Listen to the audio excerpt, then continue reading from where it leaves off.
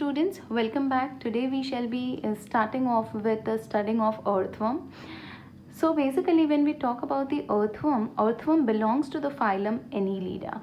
Fine. Now when we talk about the annelids are the first ever organisms. All the annelids are the first ever organism which were triploblastic in origin. जब हम evolution की बात करते हैं तो evolution में ऐसा पहला कौन सा फाइलम है जिनके सारे एनिमल्स ट्रिप्लोब्लास्टिक हैं, जिनको तीन लेयर होती हैं, एक्टोडर्म, एंडोडर्म, मेसोडर्म, तो वो है एनिलिड्स। और उनमें से ही एक हमने चूज़ किया है, that is earthworm which is in your syllabus. So basically वो ट्रिप्लोब्लास्टिक ऑर्गेनिज्म है और वो पहले ट्रिप्लोब्लास्टिक ऑर्गेनिज्म थे एनिलिड्स वाले, तो इसीलिए हम अर्थवर्म को पढ़ रहे हैं। When we talk about the earthworm, so it is reddish brown in colour, वो आप सबको ही पता है। वो टेरेस्ट्रियल मतलब में धरती पे रहते हैं, and the other invertebrates that do not have their spinal cord developed, so that is those are the reddish brown terrestrial invertebrates when belonging to the phylum Annelida. अब जब हम उनकी हैबिटेट की बात करें तो वो upper layer of the soil में रहते हैं, बहुत डीप डाउन नहीं होते, और मॉइस्ट सॉइल में, those are basically found in the moist soil. Fine. Now, during daytime, they live in burrows made by boring and swallowing the soil. So, daytime में वो burrow में रहते हैं अंदर. Fine. By making burrow करते रहते हैं, उसको क्या करते रहते हैं, soil में burrow करते रहते हैं और swallowing the soil. उनका food क्या होता है, तो वो food जो होती है उनको ही swallow करते हैं. Food के अंदर जो material होता है वगैरह उनको break down करके वो nutrient लेते हैं. और जब हम एक earthworm को भी dissect करते हैं तो हम उसमें से उनके जो पूरी डाइजेस्टिव ट्रैक है उसमें से क्या मिलता है, तो सॉइल मिलता है. So basically they feed on soil, fine, in which they are surviving. They can be trace back that by faecal deposit known as the worm castings. मतलब उनको हमें ट्रेस करना है कि किन जगह पे इतनी जैसे सॉइल होती है तो कहाँ पे अर्थवर्म होंगे, तो they are basically trace back by the faecal deposit. मतलब में जो वो वेस्ट एक्सक्रीटा प्रोड्यूस करते हैं वो दिखता है, वो उनको बोलते हैं वर्म कास्टिंग्स. फाइन. तो वो जो कास्टिंग होती है वो हमें दिखती है और उनकी वजह से वी कैन प्रिडिक्ट कि इस जगह पे अर्थवर्म होंगे. फाइन. के इन आजू बाजू में ही अर्थवर्म हमें मिल जाएंगे. So this is how they predict the presence of the earthworm. ना जब हम इंडियन अर्थवर्म्स की बात करें तो which are the common species, जैसे कि हम बात करें Pheretima and the other one is Lumbricus. So this are the two common Indian species. जैसे कि हम जो अब पढ़ने वाले हैं, so that is about Pheretima posthuma. This is the scientific name, Pheretima पोस्थुमा, फेरिटेमा पोस्थुमा. Fine. जब इसके फीचर्स की बात करते हैं, फाइन, अर्थवर्म के फीचर्स की बात करें तो रेडिश ब्राउन है, टेरेस्ट्रियल है, इनवर्टिब्रेट है, तो जैसे कि 3 तो हो गई. फाइन. हैबिटेट तो मॉइस्ट सॉइल में रहने वाले होते हैं, बरो करते हैं, उन्हें स्वेलो करते हैं, उनको ऐसे फाइंड किया जाता है. फाइन. फीचर्स की बात करें तो ट्रिप्लोब्लास्टिक है, मतलब they have made up from 3 germs layer, that is ectoderm outer layer, mesoderm middle layer and endoderm inner layer. Fine. 3 germinal layer, मतलब में जब हम उनका एम्ब्रियोनिक स्टेज देखते हैं तो उस एम्ब्रियोनिक स्टेज में हम 3 तरह के लेयर्स को फाइंड कर सकते हैं. फिर उनको बोलेंगे वो ट्रिप्लोब्लास्टिक तो है ही हैं, तो एक कैरेक्टरिस्टिक हो गई. दूसरी कैरेक्टरिस्टिक है वो सीलोमेट है. सीलोमेट का मतलब क्या होता है, जैसे कि समझ लो ये अपनी बॉडी वॉल है, फाइन, और ये समझ लो अपनी डाइजेस्टिव ट्रैक है. फाइन. बॉडी वॉल है, ये अपनी डाइजेस्टिव ट्रैक है. तो बॉडी वॉल और डाइजेस्टिव ट्रैक के बीच में देयर इज स्पेस. तो this space is nothing but it is term to be as cavity. उसको क्या बोलेंगे, कैविटी बोलेंगे. तो जिन ऑर्गेनिज्म में ऐसी कैविटी होती है, that is the space between the body wall and what the digestive tract. So that space is term to be as coelom. उस स्पेस को क्या बोलते हैं, सीलोम बोलते हैं. और ऐसे जो ऑर्गेनिजम्स होते हैं जिनमें ऐसी कैविटी होती है उनको बोलते हैं सीलोमेट. उनको क्या बोलेंगे, coelomate. Fine. Yes, so basically now moving ahead with the next one, that is those, जब हम अर्थवर्म की बात करते हैं, those are metamerically segmented. metamerically segmented का मतलब क्या होता है, मतलब में उनकी जो पूरी बॉडी है वो सेगमेंट की गई है. पूरी बॉडी में क्या होता है, सेगमेंट्स होते हैं. जैसे कि if we just have a look at the diagram we would be able to understand see over here that is the earthworm is completely segmented. उनके पूरे बॉडी पे ऐसे सेगमेंट्स बने हुए हैं, तो it is completely many segments are there, तो उनको हम बोलेंगे as many segments are there, we call it as metamerically segmented. Fine. और जो सेगमेंट्स होते हैं फाइन, वो पूरे ऐसे रिंग शेप्ड में होते हैं, ऐसे रिंग पूरा सेगमेंटेड होता है, उनका जो बॉडी होता है वो ऊपर से नीचे तक और ऐसे रिंग शेप में होते हैं. तो बेसिकली वो जो रिंग है, रिंग जैसे जो स्ट्रक्चर होते हैं उनकी बॉडी पे, उनको हम बोलेंगे एन्यूलस. एन्यूलस की वजह से उनका नाम पड़ा है एनीलिड्स. एन्यूलस मतलब में रिंग स्ट्रक्चर. एन्यूलस का क्या मतलब होता है? रिंग जैसे structure on the body, and उसी वजह से एन्यूलस की वजह से उनका नाम पड़ा annelids. Fine. That is they bear segments on their body. Complete body उनका सेगमेंटेड है पूरा ऊपर से नीचे, और बहुत सारे सेगमेंट्स होते हैं. अब जब फूड की बात करो तो वो फूड में क्या लेते हैं, तो सॉइल हमने जैसे बात की, तो सॉइल के अंदर क्या होता है, तो ह्यूमस होता है. ह्यूमस मतलब में डेड डीकेड ऑर्गेनिक मैटर, जैसे कि डाइड लीफ हैं, डाइड स्टेम पार्ट्स हैं, रूट्स हैं वगैरह, जो प्लांट के डेड पार्ट्स होते हैं, फिर समझ लो एनिमल्स के जो डेड पार्ट होते हैं, वो सारा मिक्स होके ह्यूमस बनता है. तो डेड डीकेइंग ऑर्गेनिक मैटर को वो ब्रेक डाउन करके उन पर फीड करते हैं. फाइन. तो जैसे मैंने आगे बात की, वर्म कास्टिंग मतलब में उसका जो एक्सक्रीटा होता है उसको हम बोलेंगे वर्म कास्टिंग, जिसकी वजह से हम उसकी प्रेजेंस को प्रेडिक्ट कर सकते हैं. अब जब उनकी इंपॉर्टेंस की बात करें, अर्थवर्म के इंपॉर्टेंस की बात करें, तो जैसे कि सबसे पहला तो है obviously it is use for various kind of scientific studies. Fine. We study it for scientific purpose, for getting more knowledge about the that is anatomy and morphology of the various forms of organisms. Then it is used as bait. Bait मतलब में उसको fishing के लिए, जो fishing में हम use करते हैं, आगे वो अर्थवर्म को लगा के फिर उसको यूज़ करते हैं और उससे क्या करते हैं, फिश को एक्सट्रैक्ट करने की ट्राई करते हैं. वर्मी कंपोस्ट में यूज़ होता है. वर्मी कंपोस्टिंग क्या होता है, जैसे कि प्लांट वेस्ट है, एनिमल वेस्ट है. फाइन. तो उन सारी चीज़ों को इकट्ठा किया जाता है, फिर उनके अंदर क्या डाला जाता है, अर्थवर्म डाले जाते हैं. क्यों? बिकॉज अर्थवर्म उन पे फीड करेंगे डेड एंड डीकेइंग ऑर्गेनिज्म पे, और उनको ब्रेक डाउन करेंगे, तो जिसको हम मेन्योर की तरह यूज़ कर सकते हैं. फिर सो मेन्योर की तरह सॉइल में एज अ फर्टिलाइजर उस वेस्ट प्रोडक्ट्स को यूज़ कर सकते हैं. फाइन. बिकॉज वो क्या करता है, जैसे कि पूरे का पूरा वेजिटेबल वेस्ट हमने सॉइल में डाल दिया, तो it will not be as effective as vermicompost. मतलब है उनमें क्या होता है, बड़े बड़े पिट्स बनाते हैं, उसमें सारा जो plant waste, animal waste, vegetable waste, fruit waste, agriculture waste सारा डालते हैं, उनमें अर्थवर्म्स को डालते हैं. क्या डालते हैं? अर्थवर्म्स.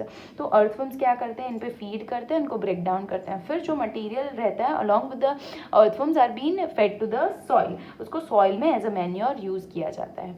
इसकी वजह से क्या होता है, उनको बोला गया है friends of the farmers. Earthworm को हम बोलते हैं friends of the farmers, because वो लैंड को क्या करते हैं, लैंड में बरो करते रहते हैं. जैसे कि जिन भी लैंड में होते हैं, पहले तो मैन्योर बनाने का काम करते हैं, पर जिन भी फील्ड में उनको डाला जाता है, वो क्या करते हैं, उस सॉइल को पोरस बनाते हैं, उनमें छोटे छोटे पोर्स बनाते हैं, तो वाटर सर्कुलेशन, वाटर जो पहुँचेगा वो भी अच्छे से पहुँचेगा. फाइन. तो वो लैंड को पोरस भी बनाते हैं, और ऐसे जो इकट्ठा हो गई है उनको क्या करते हैं, उनको ब्रेक डाउन, जो सॉइल मटेरियल है उनको ब्रेक डाउन करने में हेल्प करता है, जिनकी वजह से वाटर जो है, एयर जो है, वो अच्छे से सॉइल में पेनिट्रेट हो सकती है. सो this is all about the basic about the earthworm. Now moving ahead with studying of its body. So when we talk about studying of its body, yes, so the body of the earthworm, as you can see, it is cylindrical shape body. उनकी body कैसी होती है, एकदम cylindrical shape की है, जो आप देख सकते हैं इधर. फाइन. और सिलेंड्रिकल शेप उनका बॉडी होता है. ऑलमोस्ट एक अडल्ट अर्थवर्म की बात करें तो उनमें 100 से 120 जितने सेगमेंट्स होते हैं, 100 to 120 जितने सेगमेंट्स, जैसे कि आप देख सकते हो. फाइन. बहुत सारे सेगमेंट होते हैं, और आप जब काउंट करने बैठोगे तो आपको नंबर 100 से 120 उन्हीं के बीच बेसिकली मिलता है. फाइन. जब हम इनकी बात करते हैं, सो बेसिकली जैसे मैंने बहुत कुछ इधर चॉक आउट किया गया है, बट फर्स्ट ऑफ ऑल हम इनकी बात करेंगे dorsal surface, ventral surface, anterior and posterior. मतलब में डॉर्सल सरफेस क्या होता है, पीछे का सरफेस. जैसे कि हम बात करें तो our face is on the ventral side and our back, our cord, spinal cord, that is on the dorsal side. Fine. So dorsal side का मतलब होता है पीछे की side. Fine. Similarly ventral side का क्या मतलब होता है, तो वेंट्रल साइड मतलब भी आगे का साइड, आगे का फेस जो होता है. तो आपको पहचानना है कि भाई दिस अर्थवर्म इज डॉर्सल और ventral. How are you going to identify the dorsal surface and the ventral surface? So basically, if you just have a look at the diagram in your book, wherein this is the dorsal surface and this is the ventral. Dorsal मतलब पीछे, ventral मतलब आगे. Fine. Anterior मतलब ऊपर, posterior मतलब में नीचे. Fine. So basically जब हम डॉर्सल सरफेस की बात करते हैं तो डॉर्सल सरफेस में dark median mid dorsal line दिखती है. फाइन. जैसे कि बीच में से, जैसे में ये मैंने जो ड्रॉ किया गया है वो डॉर्सल सरफेस है. तो डॉर्सल सरफेस की जब हम बात करते हैं तो उनमें से क्या होती है, कैसे पहचानोगे कि ये डॉर्सल सरफेस है? तो अंदर की तरफ ये ब्लड जो है ब्लड वेसल पास हो रही है. क्या पास हो रही है? Blood vessel. पर वो ब्लड वेसल जो उनकी स्किन होती है उनमें से भी बाहर दिखाई देती है, जैसे कि डार्क ब्राउन कलर की, डार्क रेड कलर की कोई लाइन जा रही हो. फाइन. बीच में से, ये उसके ऊपर नहीं बनी है, अंदर है. क्या है? तो ब्लड वेसल है. पर वो ब्लड वेसल इजीली प्रोमिनेंटली दिख सकती है. तो जिस जगह से वो डार्क मीडियन मतलब में बीच में डॉर्सल लाइन जैसा हमें दिखता है. फाइन. तो उस सरफेस को हम बोलेंगे पीछे की सरफेस डॉर्सल सरफेस. अब वेंट्रल सरफेस किन को बोलेंगे? तो वेंट्रल सरफेस में क्या होता है? जेनाइटल पोर. आगे की जो सरफेसेस हैं उनमें पोर्स होते हैं. क्या बोलते हैं उनको? जेनाइटल पोर्स होते हैं. तो ऐसे पोर्स दिख जाए आपको सरफेस पे तो समझ लेना ये उसकी आगे की सरफेस है. और पोर्स ना दिखे और बीच में ऐसे हल्की सी कोई लाइन दिख रही है आपको तो वो उनका डॉर्सल सरफेस है. अब जो So dorsal surface is identified by the mid dorsal line. Ventral surface is identified by the presence of genital pores. आगे का सरफेस, पीछे का सरफेस. एंटीरियर सरफेस की हम बात करें, जैसे मैंने इधर कुछ ड्रॉ किया गया है, तो एंटीरियर सरफेस मतलब में आगे का, ऊपर का एंटीरियर. प्रोस्टीरियर मतलब नीचे. तो एंटीरियर सरफेस की जब हम बात करें तो that is anterior surface is nothing but the mouth. It is what? It is the mouth. And posterior surface की जब हम बात करें तो that is nothing but the anus. that is the last. Fine. So anterior, posterior, then आगे की surface हो तो डॉर्सल और पीछे की सरफेस हो तो वेंट्रल. नाउ बेसिकली हम स्टार्ट करते हैं कि भाई जो भी अर्थवर्म है वो पूरा सेगमेंटेड है. फाइन. तो सेगमेंटेड है तो कुछ सारे वर्ड्स हैं जो आपको याद रखने हैं. जैसे कि हाँ, ये समझ लो ये मैंने सेगमेंट्स ड्रॉ किए हैं. तो ये जो बीच का सरफेस है, ये जो सरफेस आपको दिख रहा है, जैसे कि मैं इधर ड्रॉ कर लूँ, ये जो दिख रहे हैं आपको, फाइन, वो जो जगह है बीच में, so that is basically nothing but the metamere. उनको क्या बोलेंगे? मेटामियर. फाइन. और जो बीच में लाइन जैसा दिख रहा है आपको, बीच में ये जो सारे सेगमेंट्स हैं, जो लाइन दिख रही है, उन लाइंस को हम क्या बोलेंगे? Intersegmental groove. Inter segmental मतलब में दो सेगमेंट के बीच में आने वाली गड्ढा जैसा, जैसे कि ग्रूव बोलेंगे उनको, तो inter segmental groove. So basically मैंने इधर ड्रॉ किया है, या फिर मैं वापस ड्रॉ कर लूँ, जैसे कि ये एक सेगमेंट है, ये दूसरा सेगमेंट है, ये तीसरा है, ये चौथा है, जैसे कि अर्थवर्म का बॉडी है और ये पूरे सेगमेंट्स है. तो ये जो है ये जगह, उनको हम बोलेंगे मेटामियर्स. इसीलिए इनको बोला गया है मेटामेरिकली सेगमेंटेड, मेटामियर्स. फाइन. और ये जो बीच बीच में लाइन है तो उनको क्या बोलेंगे? Intersegmental groove. We will tell them as intersegmental, दो सेगमेंट के बीच की. फाइन. तो that is intersegmental grooves. So these are the words that you need to remember when we talk about the basic of the earthworm. Fine. When you talk about the 14th, 15th and 16th segment, so when you count on it, 1 2 3 4 5 6 7 8 9 10 11 12 13 and 14th. So 14th, 15th and 16th, ये जो तीन segment हैं वो आपको बाहर से एकदम dark दिखेंगे. जैसे कि आप अर्थवर्म देखोगे तो एकदम ये जो सेगमेंट है 14, 15th and 16 सेगमेंट, वो बहुत एकदम डार्क दिखते हैं. फाइन. एकदम ही डार्क. तो उस जो डार्क रीजन है उस पर क्या होता है? तो उस पर कुछ नहीं होता है, ग्लैंड का बैंड होता है, ग्लैंड्यूलर बैंड होता है, ये पूरा ग्लैंड्यूलर बैंड होता है. तो उस ग्लैंड्यूलर बैंड को, ये तीन जो सेगमेंट है तो इसमें ग्लैंड्यूलर बैंड जैसा होता है, जिसकी वजह से वो जो जगह है, जैसे कि डायग्राम में आप देख सकते हो कि पूरा लाइट है. फाइन. पर ये जो तीन सेगमेंट हैं जैसे कि आप देख सकते हैं. फाइन.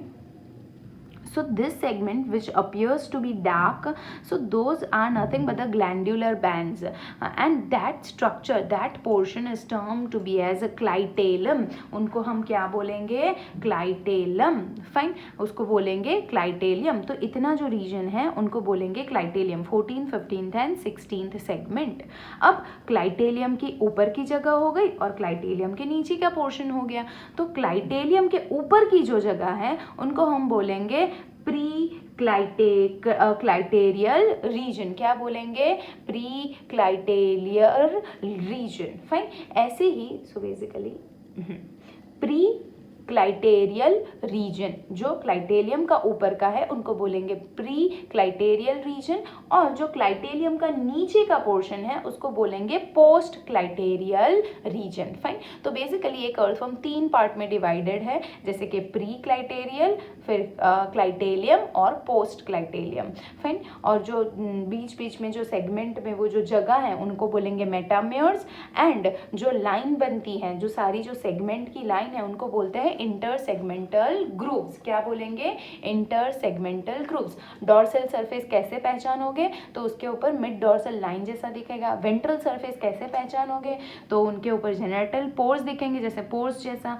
फिर एंटीरियर सरफेस पे क्या होता है? माउथ, और प्रोस्टीरियर सरफेस पे होता है एनस. फाइन. अब जब हम माउथ की बात करते हैं तो जैसे कि देख लो ये डायग्राम आपको दिख रहा है, तो can you see this is the mouth. Fine. This is the mouth and this is the first segment itself. ये पूरा, ये समझ लो ये पूरा ही एक ही सेगमेंट है. तो ये जो है ये फर्स्ट सेगमेंट है. फाइन. ये वाला. अब उसमें से ये कैविटी जैसा है तो इसको बोलेंगे बकल कैविटी. ये माउथ जैसा है, इसको बोलेंगे बकल कैविटी. फाइन. पर उनके ऊपर ये जैसा हम देख सकते हैं ऐसे वेज लाइक स्ट्रक्चर है, जैसे कुछ खोदने में काम आए वैसा. तो वेज लाइक स्ट्रक्चर है, उसको बोलेंगे प्रोस्टोमियम. क्या बोलेंगे? प्रोस्टोमियम, जो फर्स्ट सेगमेंट में से बाहर निकल के आ रहा है, if you can see. Fine. और जो पहला सेगमेंट है, पहला जो सेगमेंट होता है उनको हम बोलते हैं पेरिस्टोमियम. क्या बोलेंगे? पेरिस्टोमियम. फाइन. तो ये क्या हो गया? ये जो फर्स्ट सेगमेंट होता है अर्थवर्म का, जैसे कि समझ लो ये फर्स्ट सेगमेंट है, तो फर्स्ट सेगमेंट जो है उसको हम बोलेंगे पेरिस्टोमियम. क्या बोलेंगे? पेरिस्टोमियम. मतलब में हम एंटीरियर सरफेस की, ऊपर के सरफेस की बात कर रहे हैं. तो ये पहला सेगमेंट है जिसको बोलेंगे पेरिस्टोमियम. अब पहले ही सेगमेंट में माउथ की जगह है, माउथ है, तो can you see this cavity, मतलब में होल जैसा होता है, तो उसको बोलेंगे बकल कैविटी. और उसके ऊपर एग्जैक्टली एक वेज लाइक स्ट्रक्चर बना हुआ है, उसको बोलेंगे प्रोस्टोमियम. जो क्या कर रहा है? ये जो प्रोस्टोमियम है ऐसे, जैसे कि ये प्रोस्टोमियम है, ये प्रोस्टोमियम है और ये माउथ को कवर कर रहा है. क्या कर रहा है? माउथ को कवर कर रहा है. और ऐसे आगे जाते जाते वो क्या करेगा? स्कॉइल को इससे ब्रेक डाउन कर सकता है. Fine. So this is prostomium which is also the sensory part which can sense various things. So it is the covering of the mouth and it is in the wedge shape so that it can help in open up the cracks, जो cracks को open करने में help कर सके. So that is nothing but the prostomium and the very first segment is termed to be as the peristomium.